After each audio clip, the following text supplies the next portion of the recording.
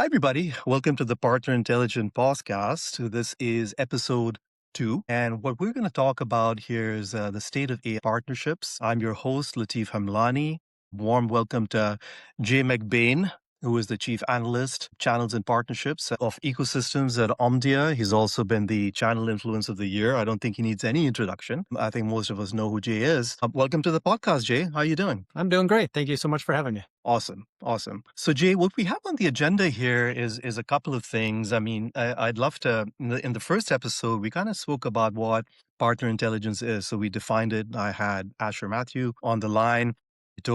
Spoke about, partner intelligence really being going beyond kind of the PRM, being able to collect all the signals and data that partnership leaders need during any point in the partner life cycle, whether it's finding the right partner, recruiting, co-selling, incentivizing, really picking up the right data from a variety of data sources, CRM, PRM, notes, Zoom calls, second party, third party data in order for that partner manager to make the right decisions. But this episode is really more about, would love to get your thoughts on kind of what the level of maturity is of partner programs, because you speak to partnership leaders day in and day out. What I've seen in the past 15 years of my career in partnerships is that a lot of C-level executives don't really get partnerships, right? But the question is, what are you doing? Are you promoting our brand? Are you building joint solutions that customers need? Or are we doing this because our shareholders and customers want to know that we have a strategic alliance with AWS or whoever? I don't understand partner influenced. All I care about is partner sourced. Would love to get your thoughts on how the C-level is thinking about partnerships now at this moment, because things have changed, as you've said on many of your webinars, and really get your thoughts on where partner programs are and in these different segments. You've got the mid-market, you've got the enterprise market, et cetera. You've got different segments, security, et cetera. Would love to get your thoughts. Yeah, sure. I would say that senior executives and board members are much more in tune to partnerships than they are even 6 months ago. To say that they don't understand partnerships, I would say is a little bit of a legacy view on things. And the change really happened through our industry. In client server, the PC era through the 80s and 90s, 70 to 75% of all of the industry was sold through partners. So much like the 75% of all world trade, which is dealerships, agencies, brokers, resellers, retailers, franchisees, gas stations, pharmacies, grocery stores, 75% of all world trade, world GDP is sold through channels. So that's Wow. what it was. It was who owns the cash register? How much do we have to pay them front and back end margin? What do we have to spiff them? What kind of co-marketing dollars? That was kind of a department over on the right. In every company in the world, all 27 industries have this department of channel selling, third-party independent resellers or retailers or franchisees. So that then moved into the cloud, and the cloud taught us that in a subscription consumption-based economy, you don't really need channels of distribution. The leader of that, and really what triggered the cloud era, was Salesforce in 1999. Salesforce got to $40 billion direct, got on the Dow 30, became a global household name direct. Other than a couple of countries in Asia Pacific, there was almost no resell. So then this question of, well, why does Salesforce have 1 million certified third parties? Well, it was never about the point of sale. It was at the consulting or advisory stage with the customer, with the design and architecture stage of a 7-layer solution, of the procurement and deployment stages and provisioning stages of software, implementation, integration, managed services. There are hundreds of services that surround the average Salesforce deal or ServiceNow deal or anyone's deal. And so this idea of it wasn't ever about money changing hands. It was about the influence that third parties have over the customer at every stage in their journey. And so Salesforce themselves 2 weeks ago put out their state of sales, 7th version of it, 7th year of it. And 94% of sellers in the world are using partners every day. 89% of them now agree that they're not going to make club this year without partners. So when They report to the CRO. The CRO gets in front of the board every 30 days, to keep their job. There's a strong partnership conversation everywhere. The same in marketing, the same in CX, the same in product. So we're midway through this decade of the ecosystem. And I would say that everyone is speaking about partnerships at this point. That's really incredible. That's really encouraging to hear how that shift has taken place. And I'm assuming that AI probably has something to do with it as well. We always say that AI needs partnerships and partnerships need AI. But yeah, no, I mean I completely hear you on this. Makes a lot of sense. And so, the reason why we're on this podcast, Jay, is to really kind of go from the board level, right, which we've covered now, kind of what's going on at the C level, and really try to drill down, move to the next step, which is AI, right? That's a good is that with some of these new technologies that partnership leaders have at their fingertips is, how are they, first of all, what is the importance of operationalizing partner programs, right? So we've got great partner programs out there. We're using some legacy tools, PRMs that some of them work, some of them don't. But what is the importance of really operationalizing partner programs now that we have these new technologies? We have AI and other technologies. And then kind of the second part of the question is how are partnership leaders leveraging these technologies? What stage of AI maturity are they at in these operational tools that they're using? A lot of people say, yeah, we're using AI, right? We're using a chatbot function. So our partners can go in and ask them questions about, hey, what tier am I, right? What MDF was accounted for me and how much of that have I spent?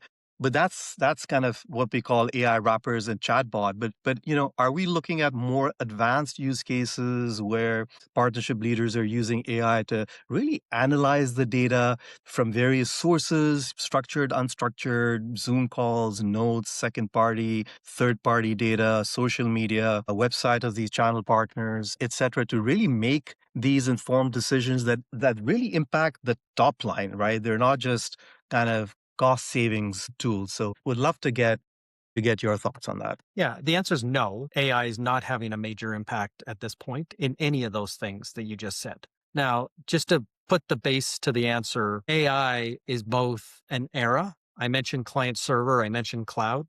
We're entering the next 20 years. We're in year 3 of the AI era. Now, that is different than AI as a technology. The first 3 to 5 years of that 20 years is generative, and then now agentic is going to carry us through before physical AI and humanoid robots, and then before the 99% of business data in the world is trained and tuned into models. 83% of it sitting in cold storage today. That's now the arc of probably the 10 to 15 year mark of this AI era. But sitting here today, if my tool has a little button above it that allows me to generate an email or a paragraph or to do something that would have taken 7 clicks before and I can do it in 2 clicks, I mean, that's an AI feature using generative AI, very limited in terms of agentic AI at this point. But no, I mean, maturity level 1 out of 10. But overlay that on a partner audience. And remember, there are 35,000 vendors that have partner programs. So it's very tough to broad brush this. So when we talk to the trillion-dollar hyperscalers, we talk to NVIDIA and OpenAI and Anthropic, and we talk to the $100 billion plus sellers of hardware, and then obviously the multi-$100 billion valued SaaS companies and cyber companies. There's a lot of discussions top down on maturity, but one of the ongoing maturity levels of just a channel executive, partner, alliance, ecosystem executive is probably self-reported today in our research at about a 3 out of 10. And there's an interesting kind of phenomenon that goes back a long, long way in terms of what that means. It's how do you feel about your current portal or that legacy PRM system, as you said? How do you feel how are your partners feeding back how easy it is to do business with you? How the enablement, how the engagement? There's really 100 boxes that you have to check as somebody that runs programs and runs partnerships. When you ask people, how are you checking those boxes and what kind of feedback are you hearing? The world's on fire. The average lifespan of one of those people, one of the 515 channel chiefs on CRN's list, or the 1,712 women of the channel on that list, or if you ask these folks every day, they self-report at kind of a 3 out of 10. And when you talk about data, this business data, this ability to build workflows and processes and business logic and start to think about this future of partnering that becomes so much agentic and superhuman based using these tools, they don't have the very basics in place. They don't have structured data. They don't have any data that can be trained or tuned at this point. They don't have organizations that allow that business data to touch within a country mile of a large language model. So when I say 99% of the business data, that's every flight you've taken, that's every withdrawal you've made at the bank, and that's every piece of channel data that we've collected over 45 years. So Right. when I say maturity 1 or maturity 3, we're very, very early in this cycle, and you're only at the very earliest of adopters, or you're at the very smallest of companies that can clean sheet a partner program and don't have decades of legacy that they have to bring along, and decades of partnerships and relationships they have to bring along as well. So very careful. Anyone who reports higher maturity probably has the tailwinds to go do that, and they're in a situation that allows them to flex a bit more than perhaps most of their peers. Got it. Yeah, yeah, that makes a lot of sense. We heard that as well. I've been talked to probably over 200 partnership leaders in the last year, and to your point, data is clearly an issue. It's a challenge. But then the other thing that I'm hearing from them as well is that it's a bit of a chicken and an egg situation because they've never really had the tool that were compelling enough for channel managers or partners to put that data right into. There's been a lot of friction. These tools are not very easy to use. And now with the onset of AI, what we're finding is now that AI speaks our language and we're not having to learn 50 different registration, partner registration or deal registration portals, how to use them. We can literally through natural language, through Slack, or even pick up the phone and say, hey, Microsoft, I'm a channel partner. I was at Chevron. I've, just uncovered a deal for data warehousing that's going to close in 3 months, and just talk that and have an agent go in and then register that deal. I think that is starting to make it easier to collect the data, which over the period of a few months, 6 months, maybe a year, would then give, right, that volume of data for AI to kind of go through and start analyzing. And so it's that kind of an issue there. But I speak to consultants as well.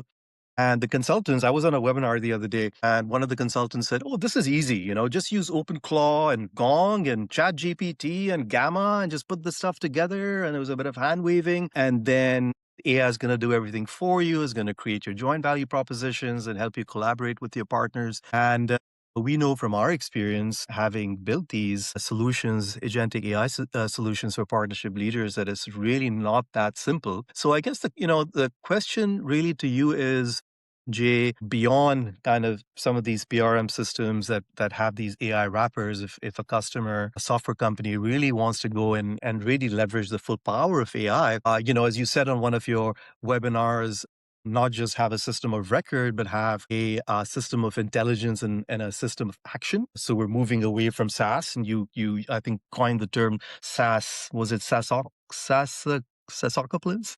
Apocalypse.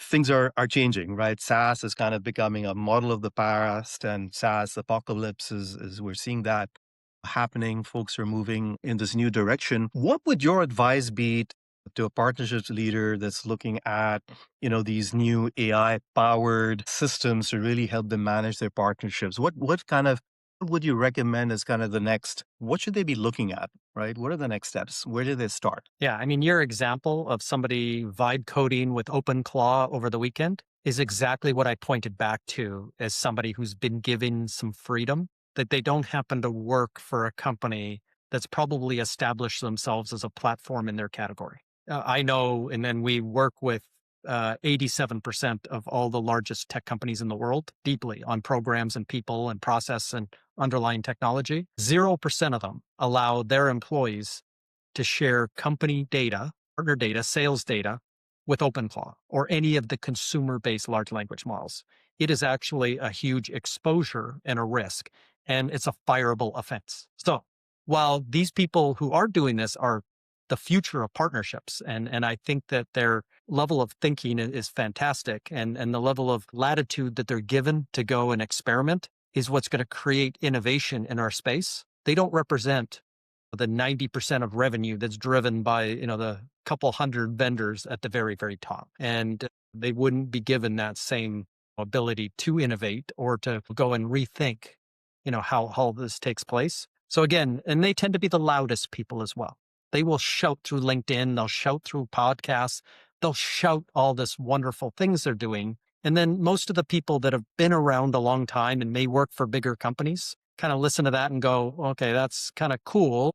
Boy, you should come and, live in my cubicle for a day or a week and see the world crush you as you try to breathe free oxygen. So not to be a Debbie Downer on this, but you asked the question about AI and where it's coming in and where the opportunities to lean in. The first of all, it has to have data. This is what you kind of started the question with. And we have mountains of data. Again, channel partnerships date back to the early, 1980s, late 1970s. I mean, we've shipped trillions of dollars. This year, we're going to ship over $6 trillion. And we have mountains of data about that. The point, though, is there's no context built around the data. And this is both human and AI. So if a human wants to actually generate context out of the data, and for example, I want to go into the first 28 moments that my customer walk through their cycle, working with partners, and we close the deal, I would have to go and get the data from our marketing systems. And while there are large marketing automation systems like Eloqua and Marketo and Pardot and HubSpot and others, there happens to be 15,138 MarTech and AdTech tools that data might be siloed into. Now, that doesn't include the sales stack with my CRM system and 5,000 other sales tech tools on top of that has siloed data. It doesn't, in fact, have distribution data, which on the hardware side, 75% of all hardware is direct shipped. And the distributor knows more about the loading dock and my customer than probably I do.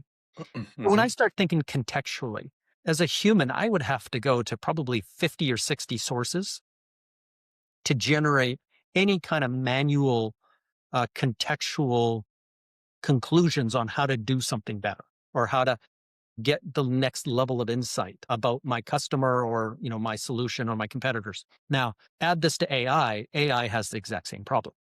Agents we think are flying around freely right now, coming in through side doors, back doors. It's a free for all in terms of people wanting to share their databases. It's just an open API out there and everybody's just flooding their databases into. The answer is no. 99% of them have not. And they're very guarded about doing that because that's the actual crown jewel inside their company. That's It's right. your customer data. It's your financial data. I mean, this is the stuff you're protecting like Fort Knox. So you're spending all kinds of $106 billion in cybersecurity this year to keep that locked. And if you're ever going to share that with either a human or AI, you're going to walk every data point wrapped in a container of compliance and regulatory governance security out the door. And that is going to take years and years to build. We have mountains of data. It's just we can't go find the needle in the haystack at this point. And even the needle itself is not contextual to the other mountains, the other haystacks that we need. So this integration first future is really, really important to us as partner leaders. It's extremely important to our ability to use AI. A lot of the work that you're working on is on the front end of that. We're not going to be using legacy systems and just connecting them in ways that we've connected them in the past. We're thinking of these new smart systems and new agentic systems using generative and other technologies that are going to provide the future of our industry, but it's not going to come as fast as anyone thinks. It's not the consumer ChatGPT growth rate that we're watching, and it's not Right. NVIDIA, the most valuable company in the world, and watching Anthropic and OpenAI become public companies later this year. And that's all the consumer story. And we can get sometimes a little bit caught up in consumer versus where we sit. 100%. Yeah, no, to completely agree with you. And yeah, this is going to be an interesting space to watch. We're talking to some partnership leaders who are, I kind of make the analogy to self-driving, right? We've had cruise control for a while, and then Tesla came out with their, you know, we'll keep your car in the lane, we'll keep a safe distance, and then they came out with full self-drive where the car goes off the freeway and navigates around town. And now we're talking about robotaxi. So when we talk to partners, customers who are, partnership leaders, They're like, walk us through this one step at a time. Yeah, let's start with the cruise control. Let's automate some very basic features and then take us to the next step, right? Where we're using AI to analyze our data. To your point, as we securely start exposing that data to AI and then sort of reasoning from that data and then taking actions. But to your point, this is a continuum. It's not a switch that you turn on day one. It's something that's going to happen over a period of time. I really appreciate your time, Jay. I know you're a busy guy. Good luck with all your research that you're working on. I read your reports on a regular basis, as I'm sure a lot of people who are watching this podcast, and you've got a lot of great events coming up. I'm really looking forward to the Analyst events this year. Appreciate your time and all the insights that you provided during the podcast, especially to partnership leaders who are really trying to reimagine, if you will, their not just their programs, but their processes and what technologies to use. And thank you all for listening. We'd love to hear your thoughts. Please comment, share your thoughts with us, and stay tuned for episode 3 of Partner Intelligence. Bye for now.